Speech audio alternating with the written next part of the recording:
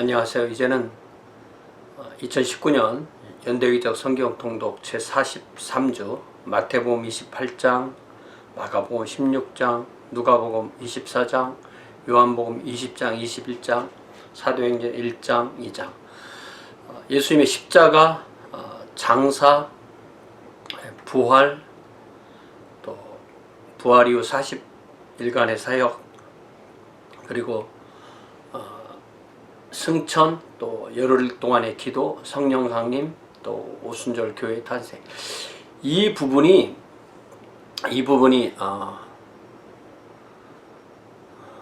기독교 탄생의 비밀이 숨겨 있는 곳입니다.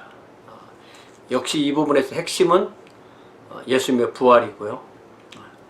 예수님의 부활은 역사적 사실입니다.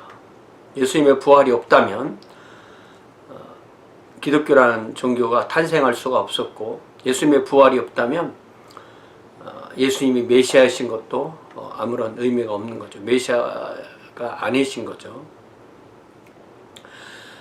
그렇기 때문에 우리는 이 부분에 아주 집중해서 공부를 하고 자꾸 이 부분을 좀 들여다봐야 되고요.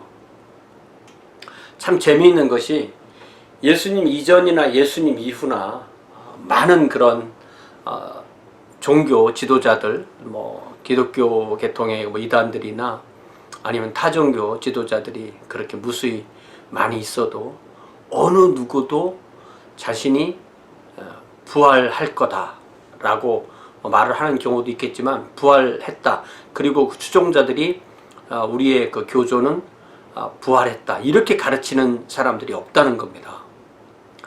내가 다시 온 예수다, 이렇게 하는 사람들이 있지만 부활했다고 하는 사람들은 없어요. 부활하겠다고 약속한 사람 많아도. 이 부분이 상당히 독특한 거고, 또 예수님의 부활이 또 중요한 것은 예수님의 부활이 우리의 부활과 그대로 연결되어 있다는 거죠. 첫 열매 예수 부활하셨네, 우리 부활하겠네. 자, 마태복음 28장부터 읽겠습니다. 안식일이 다 지나고 안식 후 첫날이 되려는 새벽에 막달라 마리아와 다른 마리아가 무덤을 보려고 갔더니 큰 지진이 나며 주의 천사가 하늘로부터 내려와 돌을 굴려내고 그 위에 앉았는데, 그 형상이 번개 같고 그 옷은 눈같이 희거늘. 지키던 자들이 그를 무서워하여 떨며 죽은 사람과 같이 되었더라. 천사가 여자들에게 말하 이르되 너희는 무서워하지 말라. 십자가에 못 박히신 예수를 너희가 찾는 줄을 내가 아노라. 그가 여기 계시지 않고 그가 말씀하시던 대로 살아나셨느니라. 와서 그가 누우셨던 곳을 보라. 또 빨리 가서 그의 제자들에게 이르되 그가 죽은 자 가운데서 살아나셨고 너희보다 먼저 갈릴리로 가시나니 거기서 너희를 배우리라 하라. 보라, 내가 너희에게 일렀느리라 하거늘. 그 여자들이 무서움과 큰 기쁨으로 빨리 무덤을 떠나 제자들에게 알리려고 다름질할세. 예수께서 그들을 만나 이르시되 평안하냐 하시거늘. 여자들이 나아가 그 발을 붙잡고 경배하니, 이에 예수께서 이르시되 무서워하지 말라. 가서 내 형제들에게 갈릴리로 가라 하라. 거기서 나를 보리라 하시니라.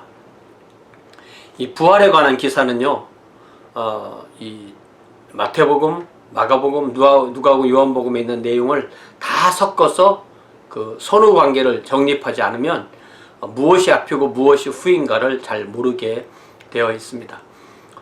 그만큼 그 제자들이 겪었던 그 부활의 그 체험이 아주 놀라웠고, 또 그들에게 그 처음 겪는 경험이기 때문에 오히려 이런 크게는 맞고 약간은 좀 혼란스러운 이것이 오히려 부활의 역사성을 잘 입증해 준다고 할 수가 있습니다.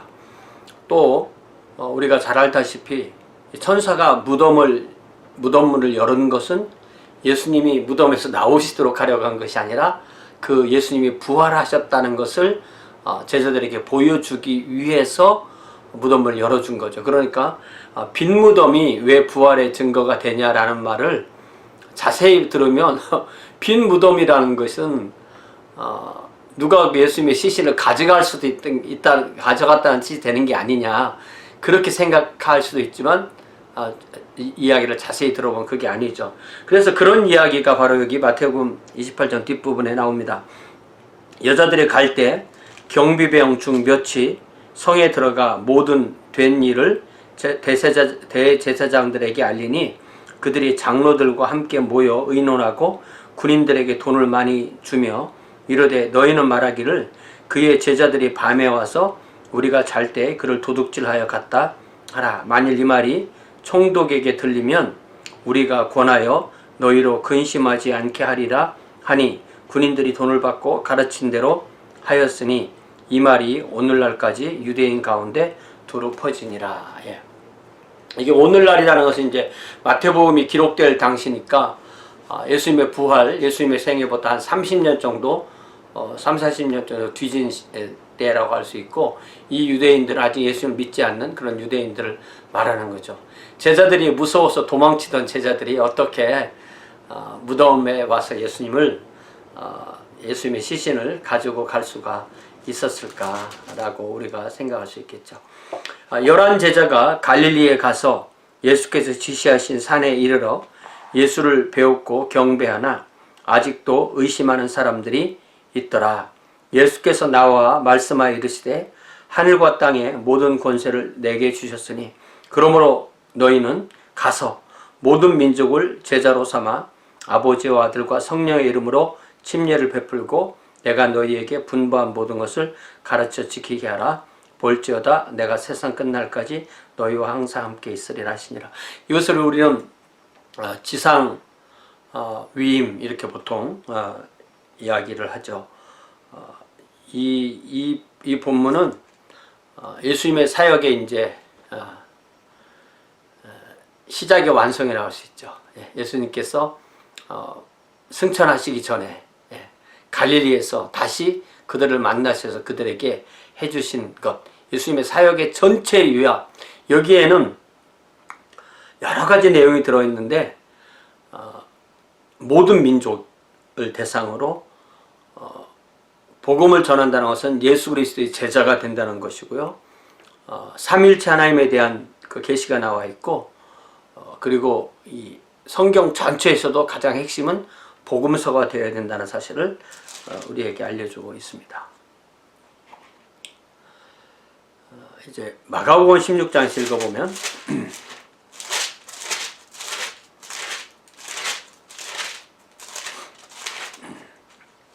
안식일이 지나매 막달라 마리아와 야고보의 어머니 마리아와 또 살로메가 가서 예수께 바르기 위하여 향품을 사다 두었다. 이 살로메가 이제 사도 야고보와 요한의 어머니죠. 안식 후 첫날 매우 일찍이 해 돋을 때 그 무덤으로 가며 서로 말하되 누가 우리를 위하여 무덤 문에서 돌을 굴려주리오 하더니 눈을 들어본 적 벌써 돌이 굴려져 있는데 그 돌이 심히 크더라. 무덤에 들어가서 흰 옷을 입은 한 청년이 우편에 앉은 것을 보고 놀라매 청년이 이르되 놀라지 말라. 너희가 십자가에 못 박히신 나사렛 예수를 찾는구나. 그가 살아나셨고 여기 계시지 아니하니라. 보라 그를 두었던 것이니라. 그러니까 무덤 밖에서가 아니라 무덤 안에서 우리 주님의 시신이 있는 곳 바로 옆에 있던 곳 바로 옆에 천사가 앉아서 예수님의 시신에 그 쌌던 세마포만 있고 예수님의 시신은 보이지 않은 그 빈 무덤을 보여준 것이 바로 예수님 부활하셨다는 첫 번째 증언이 되는 거죠. 가서 그의 제자들과 베드로에게 이르기를, 누가복음은 이 마가복음은 베드로 관련이 많기 때문에 베드로 강조됩니다.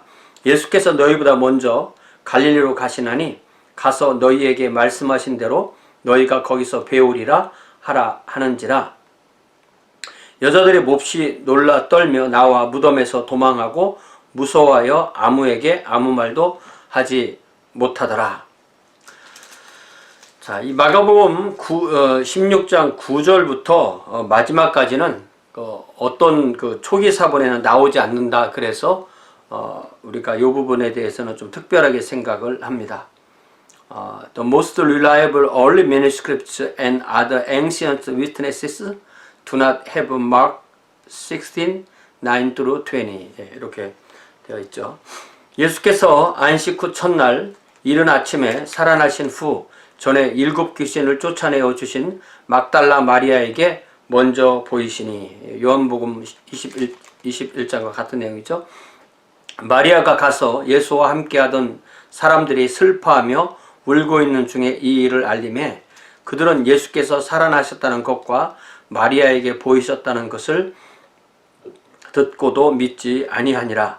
그 후에 그들 중 2 사람이 걸어서 시골로 갈 때 예수께서 다른 모양으로 그들에게 나타나시니 2 사람이 가서 남은 제자들에게 알리었으되 역시 믿지 아니하니라. 이게 엠마오로 가는 그 제자들에 대한 누가복음 24장의 말씀이죠. 그 후에 11 제자가 음식 먹을 때 예수께서 그들에게 나타나사 그들의 믿음 없는 것과 마음이 완악한 것을 꾸짖으시니 이는 자기가 살아난 것을 본 자들의 말을 믿지 아니함일러라. 여기 특별히 여자들의 증언을 믿지 않았다는 거죠. 또 이르시되 너희는 온 천하에 다니며 만민에게 복음을 전파하라. 믿고 침례를 받는 사람은 구원을 받을 것이요 믿지 않는 사람은 정죄를 받으리라. 예수님 한 분이 동시에 구원주도 되시고 동시에 심판주도 되시는 거죠. 믿는 자들에게는 이런 표적이 따르니 곧 그들이 내 이름으로 귀신을 쫓아내며 새 방언을 말하며 뱀을 집어올리며 무슨 독을 마실지라도 해를 받지 아니하며 병든 사람의 손을 얹은즉 나으리라. 뭐 일부러 뱀을 짚고 일부러 독을 마신다는 그런 의미로 이해해서는 안 될 것 같습니다. 주 예수께서 말씀을 마치신 후에 하늘로 올려지사 하나님 우편에 앉으시니라. 제자들이 나가 두루 전파할세 주께서 함께 역사하사 그 따르는 표적으로 말씀을 확실히 증언하시니라. 자, 예수님의 부활이 기록된 복음서는 4복음서 다죠. 그러나 예수님의 승천이 기록된 복음서 그러면 마가복음과 누가복음. 누가복음 마지막 부분에 승천 이야기가 나오나요? 누가복음 이제 24장에 그렇죠. 아주 간략하게 나오죠. 그런 게 제가 이제 신학교 학생이었을 때 이게 시험 문제 났었는데 승천과 부활이 좀 혼란스러워서 아마 이 문제가 제가 머릿속에 남는 것 같습니다. 자, 누가복음 24장. 안식 후 첫날 새벽에 이 여자들이 그 준비한 향품을 가지고 무덤에 가서 돌이 무덤에서 굴려 옮겨진 것을 보고 들어가니 주 예수의 시체가 보이지 아니하더라. 이로 인하여 근심할 때 문득 찬란한 옷을 입은 2 사람이 곁에 섰는지라. 여자들이 두려워 얼굴을 땅에 대니 2 사람이 이르되 어찌하여 살아있는 자를 죽은 자 가운데서 찾느냐. 이런 표현이 이제 누가복음에 독특하게 나오는 거죠. 여기 계시지 않고 살아나셨느니라. 갈릴리에 계실 때 너희에게 어떻게 말씀하셨는지를 기억하라. 이르시기를 인자가 죄인의 손에 넘겨져 십자가에 못 박히고 제3일에 다시 살아나야 하리라 하셨느니라 한데 그들이 예수의 말씀을 기억하고 무덤에서 돌아가 이 모든 것을 11 사도와 다른 모든 이에게 알리니 이 여자들은 막달라 마리아와 요한나와 야고보의 모친 마리아라. 또 그들과 함께한 다른 여자들도 이것을 사도들에게 알리니라. 대표적인 여자 제자가 3명이었지만 그 3명뿐이 아니라 다른 여자들도 있었다는 거죠. 그러니까 전사도 어떤 데서는 2, 어떤 데 하나 그러는데 2이라는 게 더 정확한 것입니다. 사도들은 그들의 말이 허탄한 듯이 들려 믿지 아니하나 베드로는 일어나 무덤에 달려가서 구부려 들여다보고 세마포만 보이는지라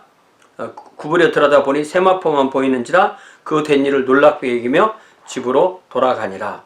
이 이야기가 요한복음에 보면 좀 더 자세하게 나오죠. 그날에 그들 중 2이 예루살렘에서 25里 되는 엠마오라 하는 마을로 가면서 이 모든 된 일을 서로 이야기하더라. 그들이 서로 이야기하며 문의할 때 예수께서 가까이 이르러 그들과 동행하시나 그들의 눈이 가리어져서 그인 줄 알아보지 못하거늘. 그러니까 부활하신 예수님은 이제 시공간을 초월하시고 그들과 함께 하셨다가 또 떠나가셨다 하실 뿐만 아니라 당신의 정체를 숨기실 수도 있고 드러내실 수도 있는 거죠. 예수께서 이르시되 너희가 길 가면서 서로 주고받고 하는 이야기가 무엇이냐 하시니 두 사람이 슬픈 빛을 띠고 머물러 서더라. 그 한 사람인 글로바라 하는 자가 대답하여 이르되, 이 글로바는 12사도는 아니지만 12사도와 아주 가깝게 지낸 초기 제자인 거죠. 예수님께서 예수님을 그 육체로 보았던 제자들 중에 하나라고 할 수 있습니다. 그 한 사람인 글로바라 하는 자가 대답하여 이르되 당신이 예루살렘에 체류하면서도 요즘 거기서 된 일을 혼자만 알지 못하느냐. 오히려 예수님에게 큰 소리 치는 거죠. 이르시되 무슨 일이냐 이르되 나사렛 예수의 일이니 그는 하나님과 모든 백성 앞에서 말과 일에 능하신 선지자이거늘 우리 대제사장들과 관리들이 사형 판결에 넘겨주어 십자가에 못 박았느니라. 우리는 이 사람이 이스라엘을 속량할 자라고 바랐노라. 이뿐 아니라 이 일이 일어난 지가 사흘째요. 또한 우리 중에 어떤 여자들이 우리로 놀랍게 하였으니 이는 그들이 새벽에 무덤에 갔다가 그의 시체는 보지 못하고 와서 그가 살아나셨다 하는 천사들의 나타남을 보았다 함이라. 또 우리와 함께한 자 중에 두어 사람이 무덤에 가 과연 여자들이 말한 바와 같음을 보았으나 예수는 보지 못하였느니라 하거늘 이르시되 미련하고 선지자들이 말한 모든 것을 마음에 더디 믿는 자들이여 그리스도가 이런 고난을 받고 자기의 영광에 들어가야 할 것이 아니냐 하시고 이에 모세와 모든 선지자의 글로 시작하여 모든 성경에 쓴 바 자기에 관한 것을 자세히 설명하시니라. 그러니까 예수 그리스도의 부활, 고난과 장사 부활이 구약 성경에 명확하게 되어 있다는 것을 친히 우리 주님께서 가르쳐 주셨고 이런 것이 합해서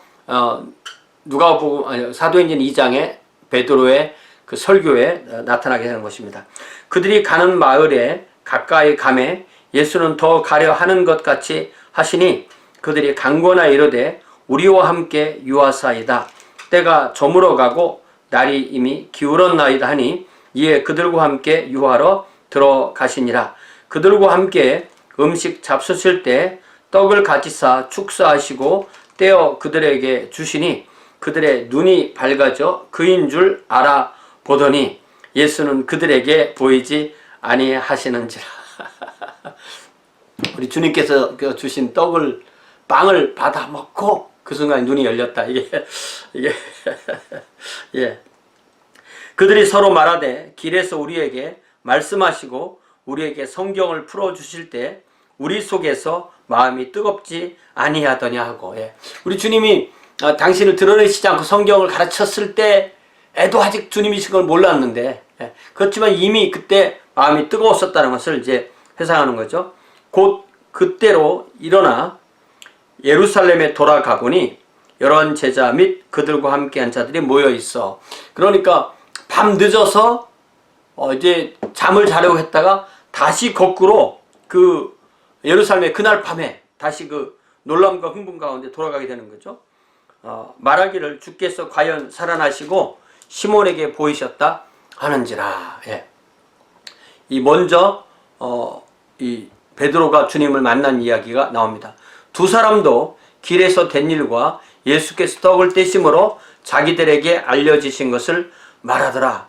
이 말을 할 때 예수께서 친히 가운데 서서 이르시되 너희에게 평강이 있을지어다 하시니 그들이 놀라고 무서워하여 그 보는 것을 영으로 생각하는지라. 예수께서 이르시되 어찌하여 두려워하며 어찌하여 마음에 의심이 일어나느냐. 내 손과 발을 보고 나인 줄 알라. 또 나를 만져보라. 영은 살과 뼈가 없으되 나는 보는 바와 같이 너희 보는 바와 같이 나는 있느니라. 이 말씀을 하시고 손과 발을 보이시나 그들이 너무 기쁨으로 아직도 믿지 못하고 놀랍게 여길 때 이르시되 여기 무슨 먹을 것이 있느냐 하시니 이에 구운 생선 한 토막을 드리니 받으사 그 앞에서 잡수시더라. 어떤 사람들은 예수님이 배가 고파서 드신 것처럼 이렇게 얘기를 하는데 그런 거라기보다는 예수님이 이 살과 뼈가 있다는 것, 부활하신 그 몸이라는 것, 그 몸이 음식을 드신다는 것, 우리가 이런 것을 통해서 많은 것을 추론해낼 수가 있습니다.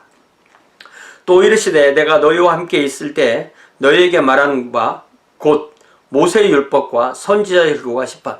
모세의 율법, 선지자의 글, 시편. 모세의 글을 토라라고 하고요, 선지자의 글을 나빔이라고 하고, 이 나머지 이제 소위 그 지혜문학사라고 하는 것을 케투빔 이렇게 얘기를 하는데, 이것은 또 라이딩스 이런 말입니다. 그래서 이것이 유대교에서 전통적으로 말하는 구약성경의 3구분이라고 우리는 보통 이해를 하고 있어요. 이것이 24개의 두루마리에 쓰여져서 그것에 회당에 그렇게 보관되었던 거죠. 이에 그들의 마음을 열어 성경을 깨닫게 하시고 또 이르시되 이같이 그리스도가 고난을 받고 제3일에 죽은 자 가운데서 살아날 것과 또 그의 이름으로 죄사함을 받게 하는 회개가 예루살렘에서 시작하여 모든 족속에게 전파될 것이 기록되었으니 너희는 이 모든 일의 증인이라. 그러니까 우리가 이 증인이라는 단어를 자꾸 써야 돼요. 우리는 그리스도의 증인입니다. 여호와의 증인들이 그들 자신들의 이름을 여호와의 증인이라고 한 것은 굉장히 의도적인 거죠. 자신들은 그리스도의, 당연히 그들이 예수님을 잘 믿는다면 그리스도의 증인이 돼야 되죠. 그런데 그 말을 일부러 피하고 여호와의 증인이라고 말한 것은 그들이 훨씬 더 이 성부 하나님 중심이고 성자의 신성을 믿지 않으니까 그것을 피한 것이라고 할 수가 있습니다. 볼지어다 내가 내 아버지에게서 약속하신 것을, 볼지어다 내가 내 아버지께서 약속하신 것을 너희에게 보내리니 너희는 위로부터 능력으로 입혀질 때까지 이 성에 머물라 하시니라. 여기서 마치 성령이 어떤 하나의 능력처럼 기록되어 있지만 성령은 하나님의 능력을 가지신 영이지 능력 그 자체는 아닌 거죠. 예수께서 그들을 데리고 베다니 앞까지 나가사 손을 들어 그들에게 축복하시더니 축복하실 때 그들을 떠나 하늘로 올려주시니 그들이 그에게 경배하고 큰 기쁨으로 예루살렘에 돌아가 늘 성전에서 하나님을 찬송하니라. 요 누가복음 24장의 마지막 부분은 이렇게 아주 간략하게 끝을 내고 사도행전 1장과 2장에 가서 자세하게 이야기가 연결되는 것을 볼 수가 있습니다. 자, 이제 요한복음이 훨씬 더 자세하게 20장과 21장에서 부활에 관해서 이야기하고 있습니다. 그래서 우리가 보통 부활절에 자주 보게 되는 이 본문이 바로 요한복음 본문이 되는 거죠. 요한복음 20장 안식 후 첫날, 그러니까 우리로 말하면 주일 새벽이죠. 첫날 일찍이 아직 어두울 때, 그러니까 해 뜰 때보다 더 이른 때, 아직 어두울 때 막달라 마리아가 무덤에 와서 돌이 무덤에서 옮겨진 것을 보고 시몬 베드로와 예수께서 사랑하시던 그 다른 제자에게 달려가서 말하되 사람들이 주님을 무덤에서 가져다가 어디에 두었는지 우리가 알지 못하겠다 하니, 그러니까 이 여자체들이 최소 3명 이상이 가서 무덤이 열려 있고 이 천사들이 예수님께서 무덤이 열려 있는 상태에서 마리아는 먼저 제자들에게 알리러 왔고 나머지 여자 제자들이 천사도 만나고 또 부활하신 주님도 만나고 그렇게 되는 거죠. 못하겠다 하니 베드로와 그 다른 제자가 나가서 무덤으로 갈새 둘이 같이 다름질하더니 그 다른 제자가 베드로보다 더 빨리 달려가서 먼저 무덤에 이르러, 그러니까 이게 이제 요한이잖아. 요한은 좀 더 젊고 좀 더 달리기를 잘해서 동시에 출발했는데 제일 먼저 셋이 출발했겠죠. 동시에 출발했는데 달려서 간 그 제자가 더 먼저 달려간 제자가 요한이고 무덤에 이르렀고 굽으려 세마포 놓인 것을 보았으나 들어가지는 아니하였더니, 요한의 성격입니다. 시몬 베드로는 따라와서 무덤에 들어가 보니 세마포가 놓였고, 제가 표현하는 거면은 베드로는 이 달리기 속도는 늦었지만 그 자기가 달려오던 그 속도로 주저함 없이 무덤 안에까지 들어가는 겁니다. 가버리게 세마포가 놓였고 또 머리를 쌌던 수건은 세마포와 함께 놓이지 않고 딴 곳에 쌌던 대로 놓여 있더라. 마치 그 누에꽃이에서 그 번데기는 나방이 돼서 나오고 그 누에꽃이 껍데기만 남아 있는 것처럼 그렇게 양쪽으로 있더라, 이런 뜻입니다. 그때 무덤에 먼저 갔던 그 다른 제자도 들어가 보고 믿더라. 그들은 성경에 그가 죽은 자 가운데서 다시 살아나야 하리라 하신 말씀을 아직 알지 못하더라. 이제 알게 되는 거죠. 이에 두 제자가 자기들의 집으로 돌아가니라. 그 사이에 이제 마리아는 다시 온 겁니다. 전달해주고 오고 예수님이 어디 계신가 모르니까 마리아는 무덤 밖에 서서 울고 있더니 울면서 구부려 무덤 안을 들여다보니 흰옷 입은 두 천사가 예수의 시체 뉘었던 곳에 하나는 머리편에 하나는 발편에 앉았더라. 그러니까 이 베드로와 요한이 갔을 때는 이 천사들이 또 안 보여준 거죠. 근데 이 여자들에게 먼저 보여주시는 겁니다. 천사들이 이르되 여자여 어찌하여 우느냐 이르되 사람들이 내 주님을 옮겨다가 어디 두었는지 내가 알지 못함이니이다. 이 말을 하고 뒤로 돌이켜 예수께서 서 계신 것을 보았으나 예수이신 줄은 알지 못하더라. 예수께서 이르시되 여자여 어찌하여 울며 누구를 찾느냐 하시니 마리아는 그가 동산지기인 줄 알고 이르되 주여 당신이 옮겼거든 어디 두었는지 내게 이르소서 그리하면 내가 가져가리이다. 예수께서 마리아야 하시거늘 마리아가 돌이켜 히브리 말로 라보니 하니 이는 선생님이라는 말이라. 그러니까 예수님께서 당신을 드러내실 때 먼저 그 마리아를 부르던 방식으로 그 음성으로 딱 부르니까 그 순간에 이분이 부활하신 우리 주님이라는 것을 알게 된 거죠. 예수께서 이르시되 나를 붙들지 말라. 내가 아직 아버지께로 올라가지 아니하였노라. 너는 내 형제들에게 가서 이르되 내가 내 아버지 곧 너희 아버지 내 하나님 곧 너희 하나님께로 올라간다 하라 하시니, 여기서 나를 붙들지 말라 이 말이 예수님을 만지지 말라 이런 말이 아닙니다. 나에게 매달리지 말라는 거죠. 이제는 마리아가 예수님을 놓치지 않겠습니다라는 의미로 꽉 붙들려고 했는데 내가 아버지께 가야 되는데 아직은 안 갔다. 내가 제자들과 더 할 일이 있다. 이런 의미로 우리가 이해를 할 수가 있습니다. 막달라 마리아가 가서 제자들에게 내가 주를 보았다 하고 또 주께서 자기에게 이렇게 말씀하셨다 이르니라.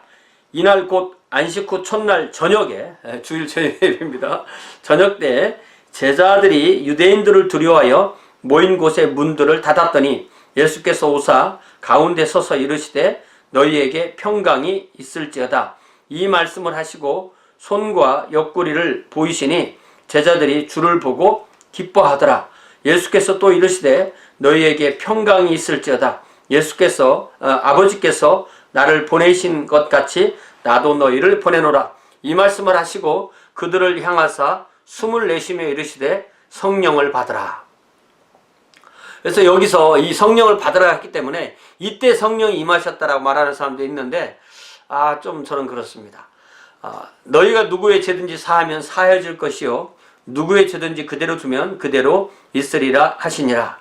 12 제자 중에 하나로서 디두모라 불리는 도마는 예수께서 오셨을 때 함께 있지 아니한지라. 그러니까 이 주일 저녁 처음에 나타나셨을 때는 10제자만 있었던 거죠. 저녁 예배에 빠진 겁니다. 우리가 보통 그렇게 얘기하죠.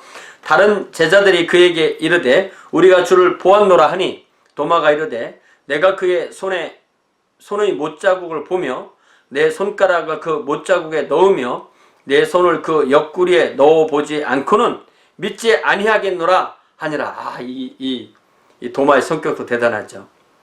여드레를 지나서 제자들이 다시 집안에 있을 때, 이때는 이제 월요일 저녁이 되는 거죠. 여드레를 지났으니까 도마도 함께 있고 문들이 닫혔는데 예수께서 오사 가운데 서서 이르시되 너희에게 평강이 있을지어다 하시니, 그러니까 이게 이제 평강이 있을지어다, 이게 샬롬 말로 인사를 한 거죠.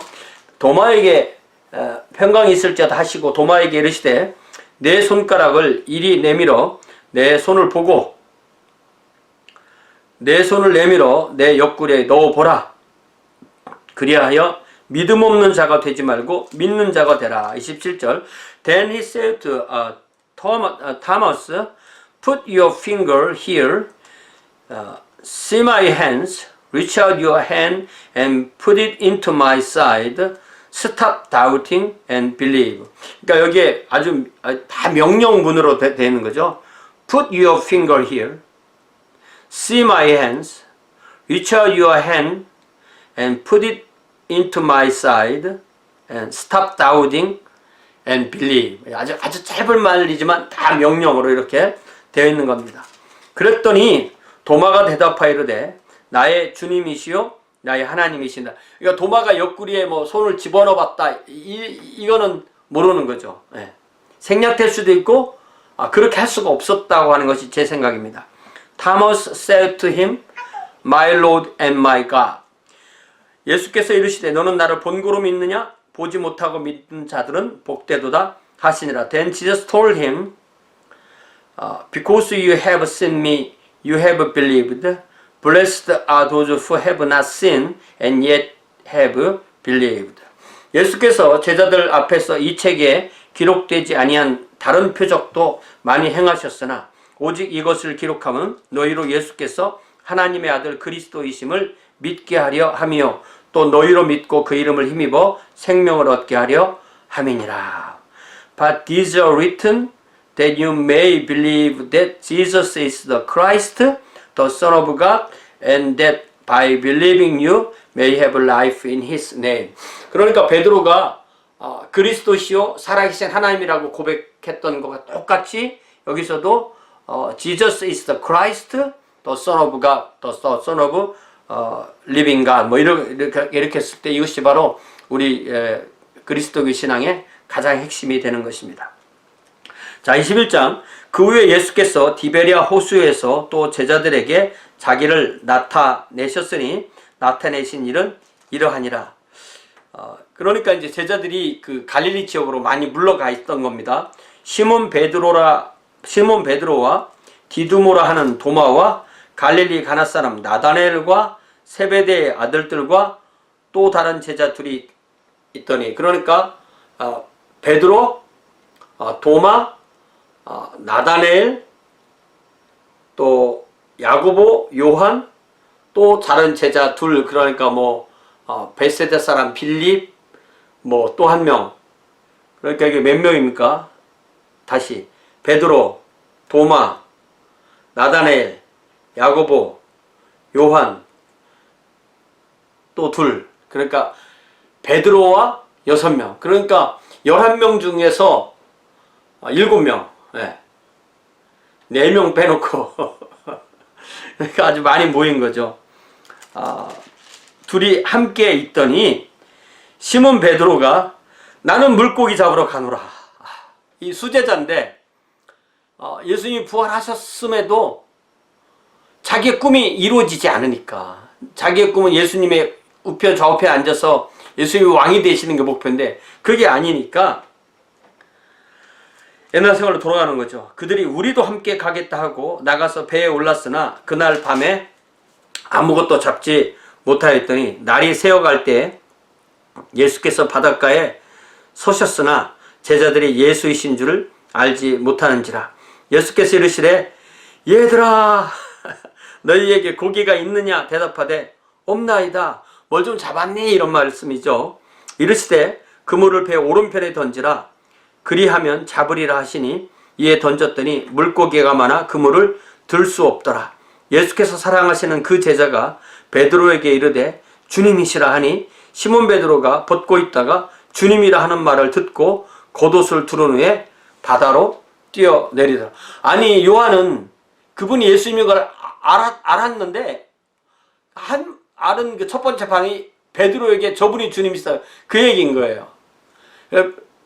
이 무덤에 달려간 것과도 비슷한 거죠. 무덤에 달려가서 무덤이 비고 세마포가 이렇게 있는 걸 보고도 어떤 행동을 취하지 않는데 요한은, 베드로는 그 말씀을 듣자마자 옷을 입고 이 물속으로 뛰어들어서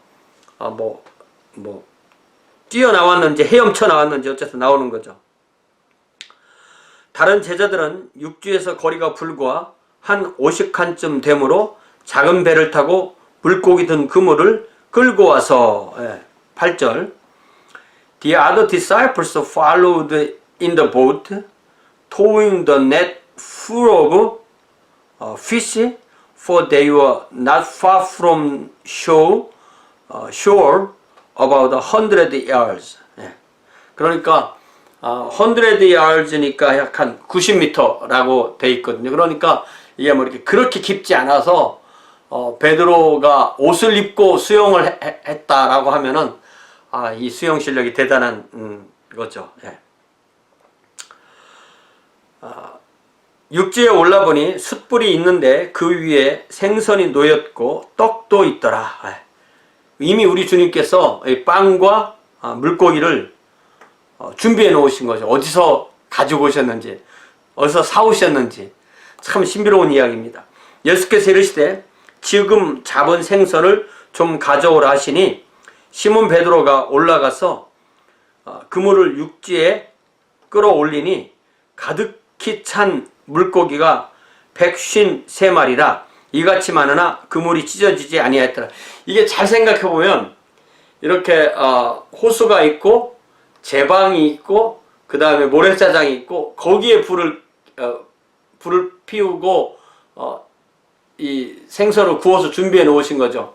그리고 이제 배를 대고 아직 물고기는 물속에 그물 내에 갇힌 상태로 물속에 있는데 제자들이 다 와서 예수님 만나는 중에 예수께서 물고기를 좀 갖고 가라니까 또 베드로가 뛰어가서 거기 가서 그 그물을 끌어당겨서 거기서 물고기를 갖고 오는데 그때 물고기를 씌워보니까 세보니까 153마리다. 그래서 이 153이라는 것을 뭐 옛날에는 153 나라에 뭐 복음이 전파된다 뭐 이런 얘기를 했는데 그런 건 좀 아닌 것 같고요. 그 모나미 볼펜에 153이라고 쓴 것은 여기서 간 말이라는 것은 맞는 것 같습니다. 그래서 여기에 베드로가 올라가서 라는 것은 그 제방을 올라서 배에 갔다 이 말로 이해를 할 수가 있겠습니다. 11절 Simon Peter climbed aboard and dragged the net ashore. 그런 말이 아니네요. 그죠? 배에 올라가서 이런 말인가 보네요. Climbed aboard and dragged the net ashore. 이로써 full of large fish 153, but even with so many, the net was not torn. 그래서 우리가 이 예루살렘 여행을 가면은 여기 이제 그 갈릴리 호수의 한 부분에 이제 데려다 주고 거기서 갈릴리 호수가 이렇구나 이렇게 보고 그다음에 그 옆에 식당으로 이동해서 베드로 고기라고 하는 그 이 민물 고기를 이렇게 튀긴 것을 이제 보통 대접을 식당에서 사 먹게 되는데 한 마리씩 이제 풀로 먹는데 이렇게 적당한 크기로 한 이 정도 크기의 그 물고기를 먹습니다. 예수께서 이르시되 와서 조반을 먹으라 하시니 제자들이 주님이신 줄 아는구로 당신이 누구냐 감히 묻는 자가 없더라. Jesus said to them, Come and have breakfast. None of the disciples dared ask him, Who are you? They knew it was the Lord. 그러니까 예수님이 제일 먼저 해주신 일은 먹이는 일인 거예요. 이 밤새 고기 잡고 아무것도 못 잡고 또 주님을 피해서 어떤 면에서 도망간 그들, 특히 베드로는 주님을 3번씩이나 부인했는데 먼저 먹이는 거죠. 네. 예수께서 가셔서 떡을 가져다 그들에게 주시고 생선도 그와 같이 하시니라. 예수님께서 서빙하는 겁니다.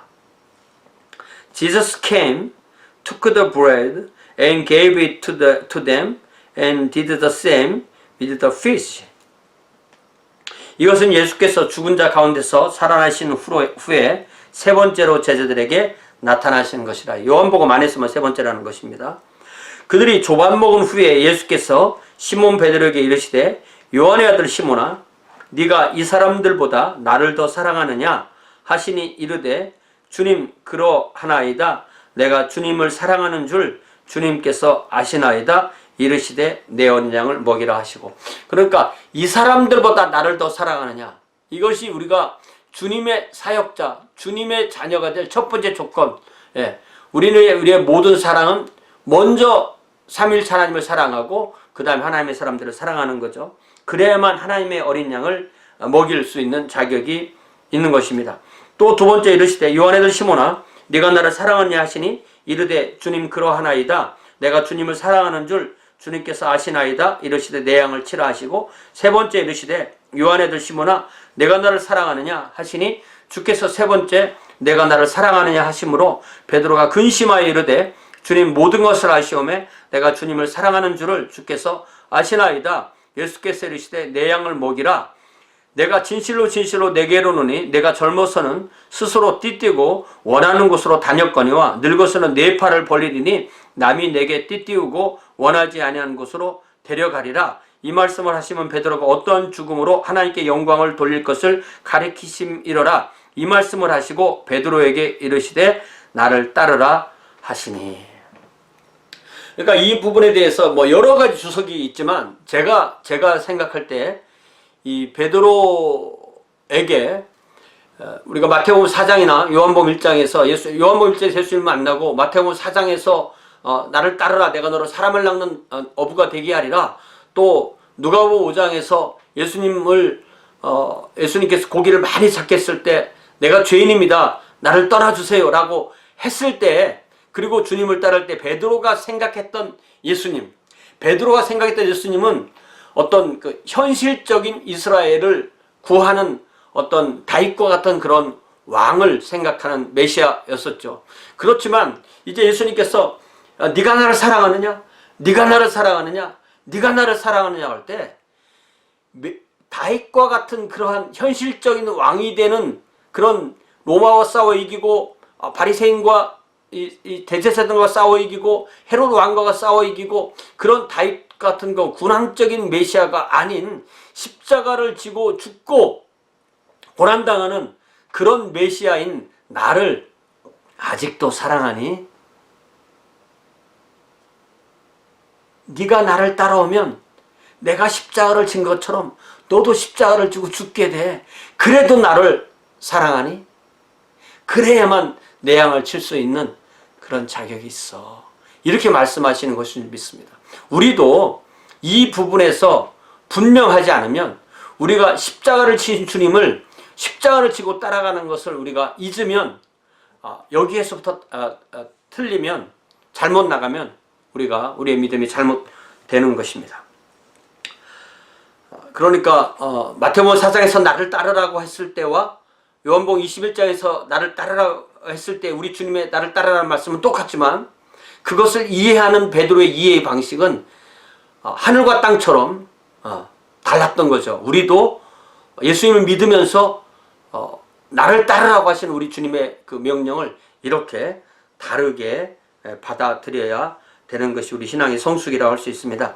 베드로가 돌이켜 예수께서 사랑하시는 그 제자가 따르는 것을 보니, 그러니까 이게 이제 식사를 다 마치고 아마 이제 좀 걷게 됐나 보죠. 20절에 Peter turned and saw that the disciple whom Jesus loved was following them. This was the one who had leaned back against Jesus at the supper and had said, Lord, who is going to betray you? 베드로가 돌이켜 예수께서 사랑하시는 그 제자가 따르는 것을 보니 그런 만찬석에서 예수의 품에 의지하여 주님을 파는 자가 누구오니까 묻던 자더라. 이에 베드로가 그를 보고 예수께 여짜오되 주님 이 사람은 어떻게 되겠사옵나이까. 우리 주님께서 베드로가 너는 이제 네가 젊었을 때는 뭐 내가 물고기 잡으러 가노라 이런 식으로 네 마음대로 살았지만 이제 나중에는 네가 원치 않는 곳에 가서 사람들이 너를 십자가 못 박을 거야. 이런 식으로 그런 암시를 주는 말씀을 했다는 걸 듣고 이제 또 오지랖이 넓어가지고 이 베드로의 성격이죠. 이 사도 요한은 어떻게 되겠습니까? 라고 묻습니다.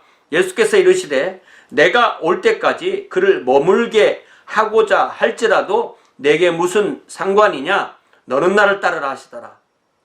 Jesus answered, If I want him to remain alive until I return, what is that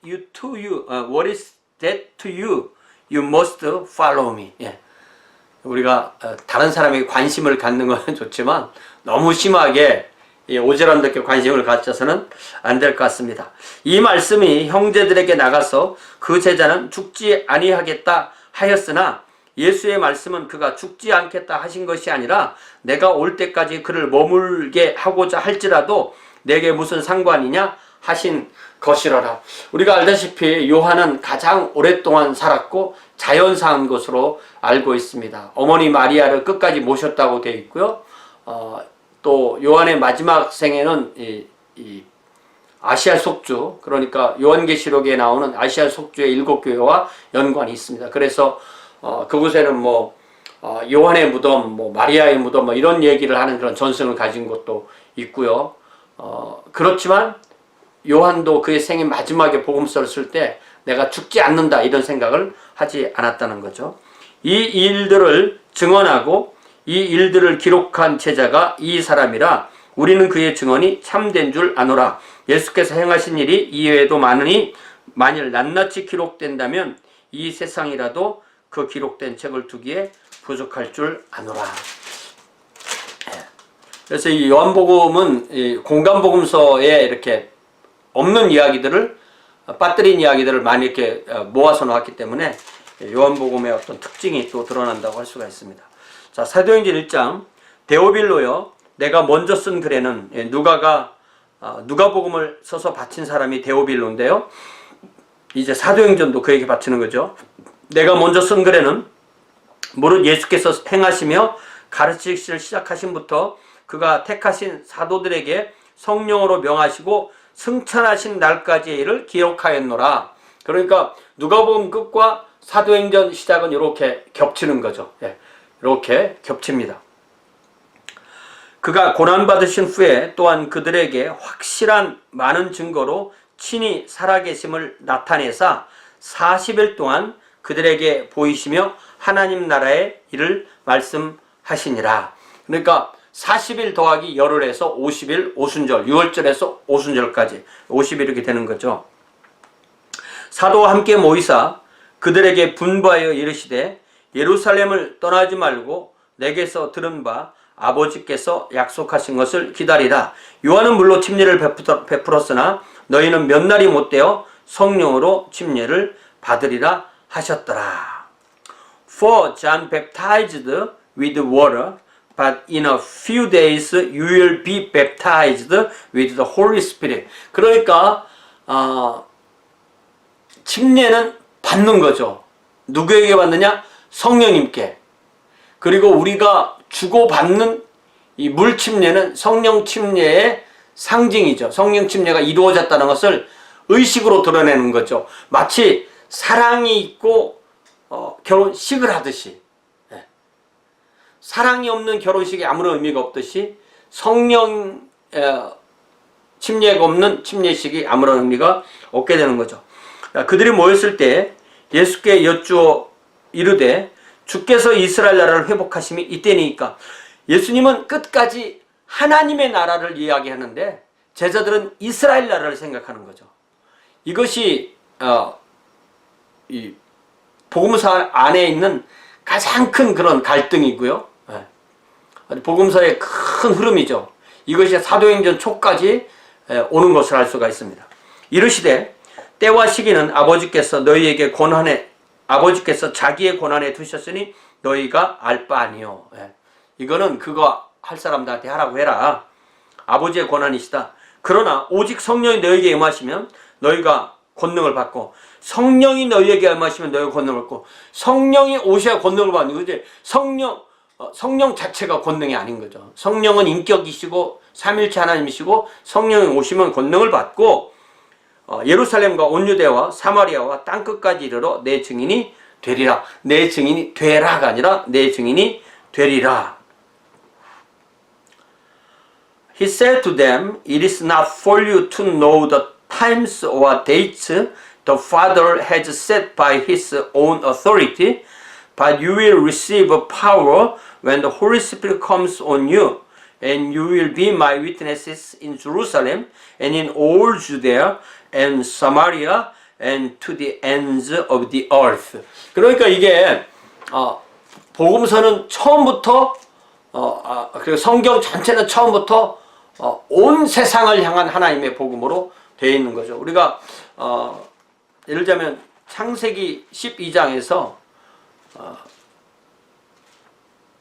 아브라함을 부르실 때 너를 통하여 모든 민족이 복을 받는다라고 말씀하신. 예.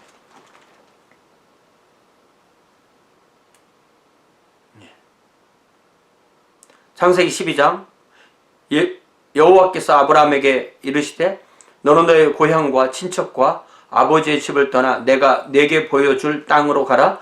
내가 너로 큰 민족을 이루고 내게 복을 주어 내 이름을 창대하게 하리니 너는 복이 될지라. 너를 축복하는 자에게는 내가 복을 내리고 너를 저주하는 자에게는 내가 저주하리니 땅의 모든 족속이 너로 말미암아 복을 얻을 것이라. 요것, 네. 땅의 모든 족속, 각 나라 족속과 백성과 방언, 땅 끝까지 이르러. 네. 또 모든 민족에게 마태복음 28장에서는 너희는 가서 모든 민족을 또 땅 끝까지 땅의 모든 족속이 이 창세기 12장의 땅의 모든 족속 할 때 이 족속은 패밀리라고 되어 있어요. 패밀리. 이거는 민족이나 부족보다 더 작은 그런 개념이죠. 어떤 뭐 가문 이렇게 말할 수가 있습니다. 이 말씀을 마치시고 그들이 보는데 올려져 가시니 구름이 그를 가리어 보이지 않게 하더라. 올라가실 때 제자들이 자세히 하늘을 쳐다보고 있는데 흰옷 입은 두 사람이 그들 곁에 서서, 그러니까 예수님의 부활 시에도 그 흰옷 입은 두 천사가 그들과 함께 했었는데 여기도 흰옷 입은 두 사람이라고 되어 있습니다. 그들 곁에 서서 이르되 갈릴리 사람들아 어찌하여 서서 하늘을 쳐다보느냐. 너희 가운데서 하늘로 올려지신 이 예수는 하늘로 가심을 본 그대로 오시리라 했더라.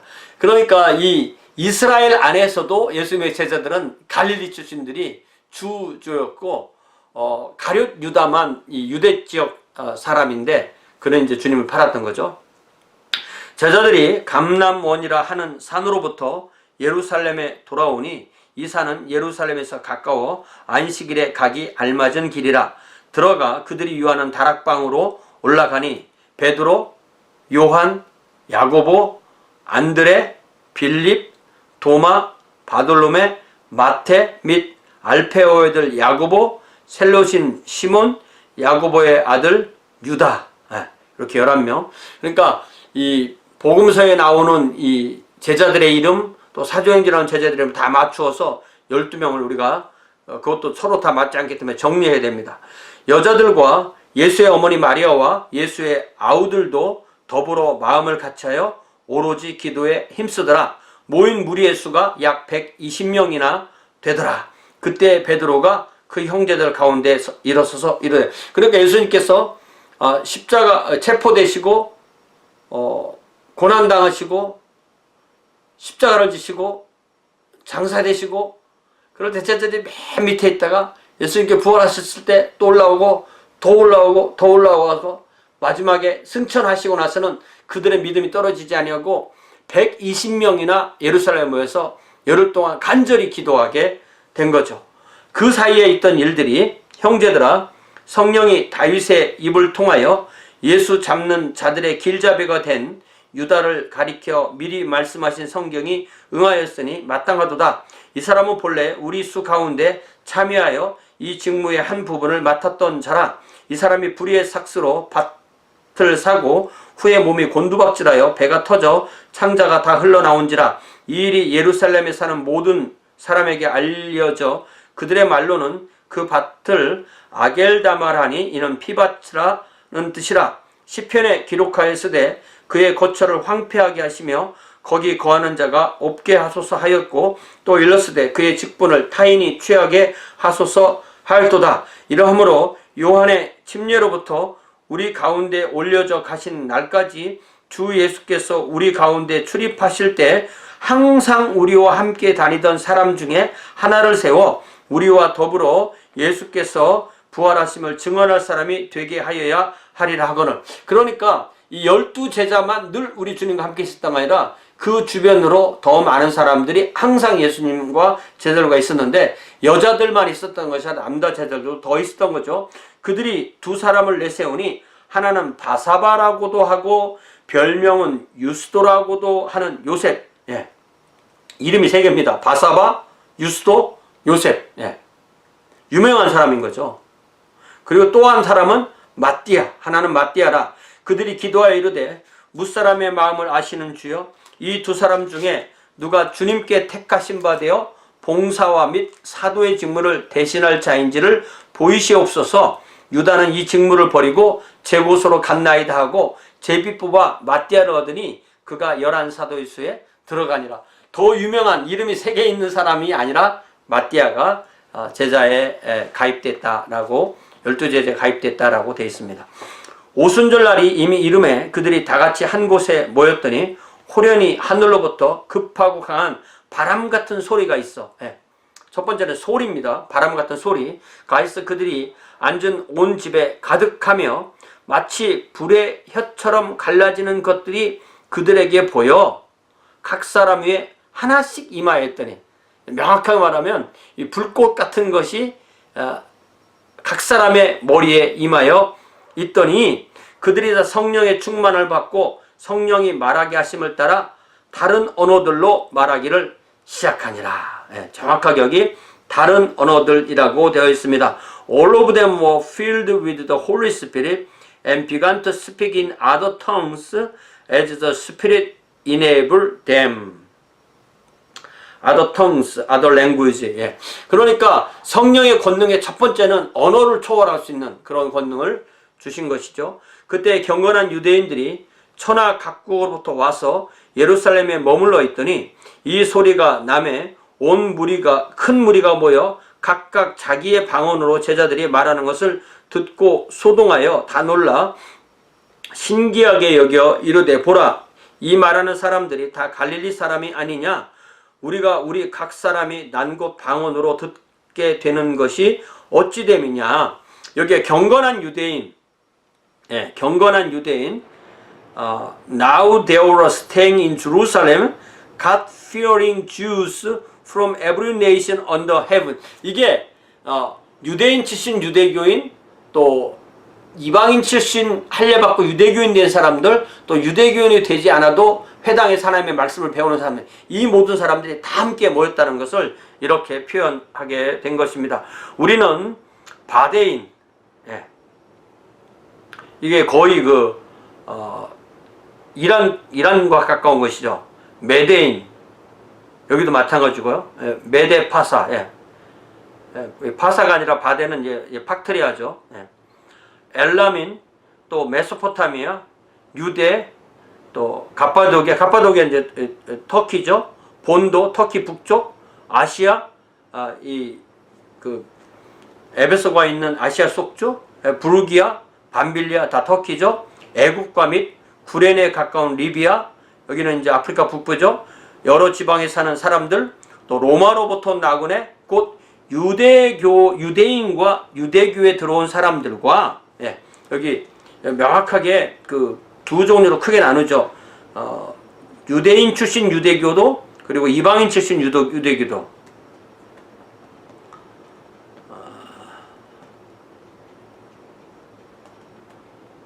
11절 both Jews and converts to Judaism. 그러니까 오늘날에도 유대인 그러면 민족 종교와 관계없이 유대인을 말할 수도 있고요. 주라는 말은 또 민족과 관계없이 유대교도를 말할 수가 있는 거죠. 그레데인, 크레타죠. 예. 아라비아인들이라, 예. 우리가 다 우리의 각 언어로 하나님의 큰 일을 말함을 듣는도다 하고 다 놀라며 당황하여 서로 이르되 이 어찌된 일이냐 하고, 또 어떤 이들은 조롱하여 이르되 그들이 새 술에 취하였다 하더라. 새 술에 취하였다. 이 말이 조롱이지만 사실은 상당히 정확한 표현인 거죠. 성령 술에 취했다 이렇게 말할 수 있죠. 베드로가 여러 사도와 함께 서서 소리 높여 이르되 유대인들과 예루살렘에 사는 모든 사람들아, 이 일을 너희로 알게 할 것이니 내 말에 귀를 기울이라. Then Peter stood up with the 11, raised his voice and addressed the crowd, fellow Jews and all of you who live in Jerusalem. 그러니까 본토 유대인들 그리고 외부에서 온 유대인들 할 때 그 유대인들은 유대인들과 유대교로 개종한 사람들을 다 포함하는 거죠. 때가 제3시니 너희 생각과 같이 이 사람들이 취한 것이 아니라 오전 9시쯤 된 거죠. 이는 곧 선지자 요엘을 통하여 말씀하신 것이니 일러스되 하나님이 말씀하시기를 말세에 내가 내 영을 모든 육체에 부어주리니 너희의 자녀들은 예언할 것이요 너희의 젊은이들은 환상을 보고 너희의 늙은이들은 꿈을 꾸리라. 그때 내가 내 영을 내 남종과 여종에게 부어주리니 그들이 예언할 것이요 또 내가 위로 하늘에서는 기사를 아래로 땅에서는 징조를 베풀으니 곧 피와 불과 연기로다. 주의 크고 영화로운 날이 이르기 전에 해가 변하고 어두워지고 달이 변하여 피가 되리라. 누구든지 주의 이름을 부르는 자는 구원을 받으리라 하셨느니라. 그러니까 이 우리 주님의 그 성령 강림 그리고 복음 선포와 이 종말이 한 점으로 이렇게 묶인 것을 볼 수가 있습니다. 이것은 우리 주님이 오셔서 그러니까 성령께서 승천하시고 성령이 오셔서 다시 우리 재림하실 때까지 모든 시대가 이 내용의 연속이고 모든 시대가 종말이다라는 사실을 우리는 분명히 기억할 수가 있습니다. 이스라엘 사람들아 이 말을 들으라. 너희도 아는 바와 같이 하나님께서 나사렛 예수로 큰 권능과 기사와 표적을 너희 가운데서 베푸사 너희 앞에서 그를 증언하셨느라. 하나님이 예수님을 증언했다는 거죠. 22절에 Man of Israel, listen to this. Jesus of Nazareth was a man accredited by God to you by miracles, wonders, and signs which God did among you through him as you yourselves know. 그가 하나님께서 정하신 뜻과 미리 아신 대로 내준 바 되었거늘 너희가 법 없는 자들의 손을 빌려 못 박아 죽였으나. 이 법은 율법이죠. 율법이 없는 그 로마 사람들 로마 사람들이 법의 민족인데 유대인들이 볼 때는 그 율법이 없기 때문에 법이 없는 자들이죠. 손을 빌려 못 박아 죽였으나 하나님께서 그를 사망의 고통에서 풀어 살리셨으니 이는 그가 사망에 매여 있을 수 없었습니다. 그 부활을 입증하는 그 첫 번째 언어가 바로 그는 사망에 매여 있을 수 없다. 하나님이 살리셨다. But God raised him from the dead, freeing him from the agony of death, because it was impossible for death to keep its hold on him. 다윗이 그를 가리켜 이르되 내가 항상 내 앞에 계신 주를 배웠으며 나로 요동하지 않게 하기 위하여 그가 내 우편에 계시도다. 이러므로 내 마음 기뻐하였고 내 혀도 즐거워하였으며 내 육체도 희망에 거하리니 이는 내 영혼을 음부에 버리지 아니하시며 주의 거룩한 자로 썩음을 당하지 않게 하실 것이미로다.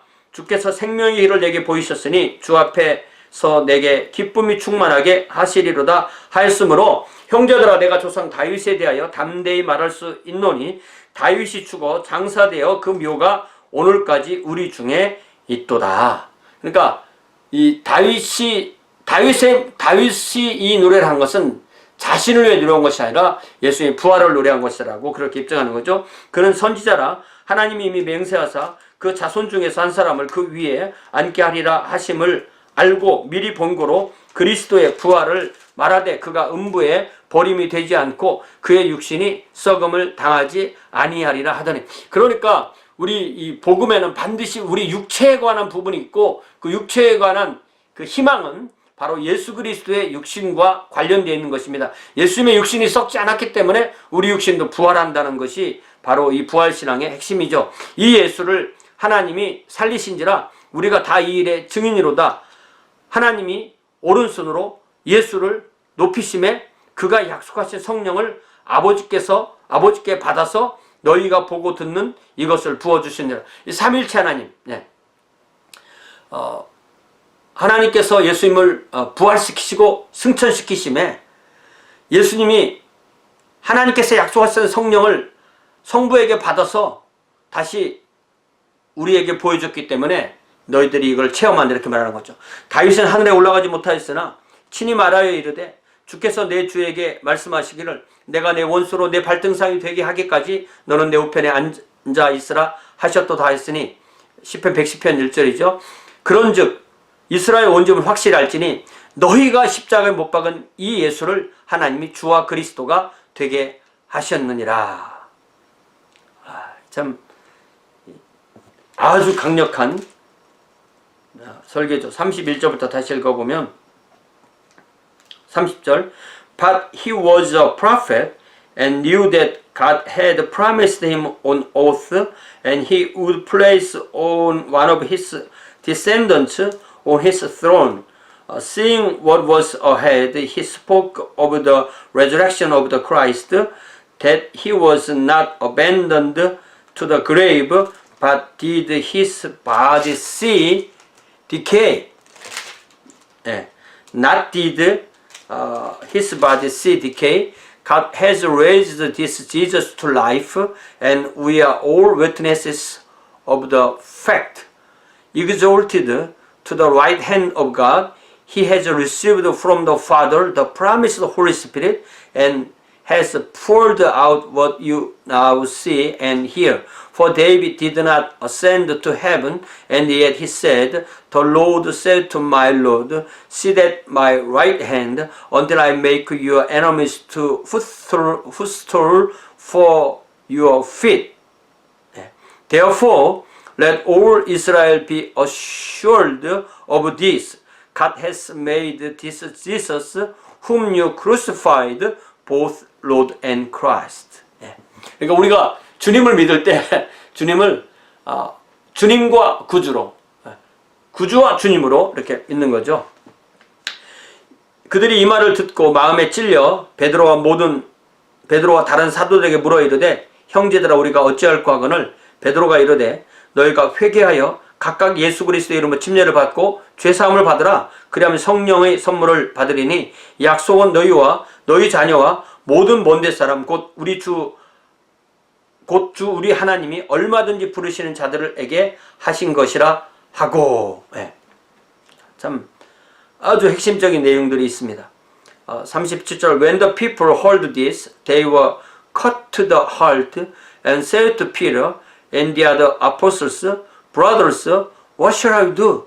Peter replied, Repent and be baptized, every one of you, in the name of Jesus Christ, for the forgiveness of your sins, and you will receive the gift of the Holy Spirit. The promise is for you and your children, and for all who are far off, for all whom the Lord our God will call. 그러니까 이게 복음이 전파되는 그 방향이 두 방향인데 아래로 내려가면서 우리 자녀들을 대상으로 복음을 전하는 것이고 앞으로 나가는 것은 그 이웃과 이방을 향해서 나가는 것이죠. 또 여러 말로 확증하며 권하여 이르되 너희가 이 패역한 세대에서 구원을 받으라 하니 이 말을 받은 사람들은 침례를 받음에 이날에 신도의 수가 3,000이나 더하더라. 그들이 사도의 가르침을 받아 서로 교제하고 떡을 떼며 오로지 기도하기를 힘쓰니라. With many other words he warned them and he pleaded with them, Save yourselves from this corrupt generation. 이 패역한 세대로부터 구원을 받으라 그렇게 말했던 거죠. Those who accepted his message were baptized and about 3,000 were added to their number that day. 오순절 하루에 돌아온 사람들이 3,000명이다 이렇게 되어 있는 것입니다.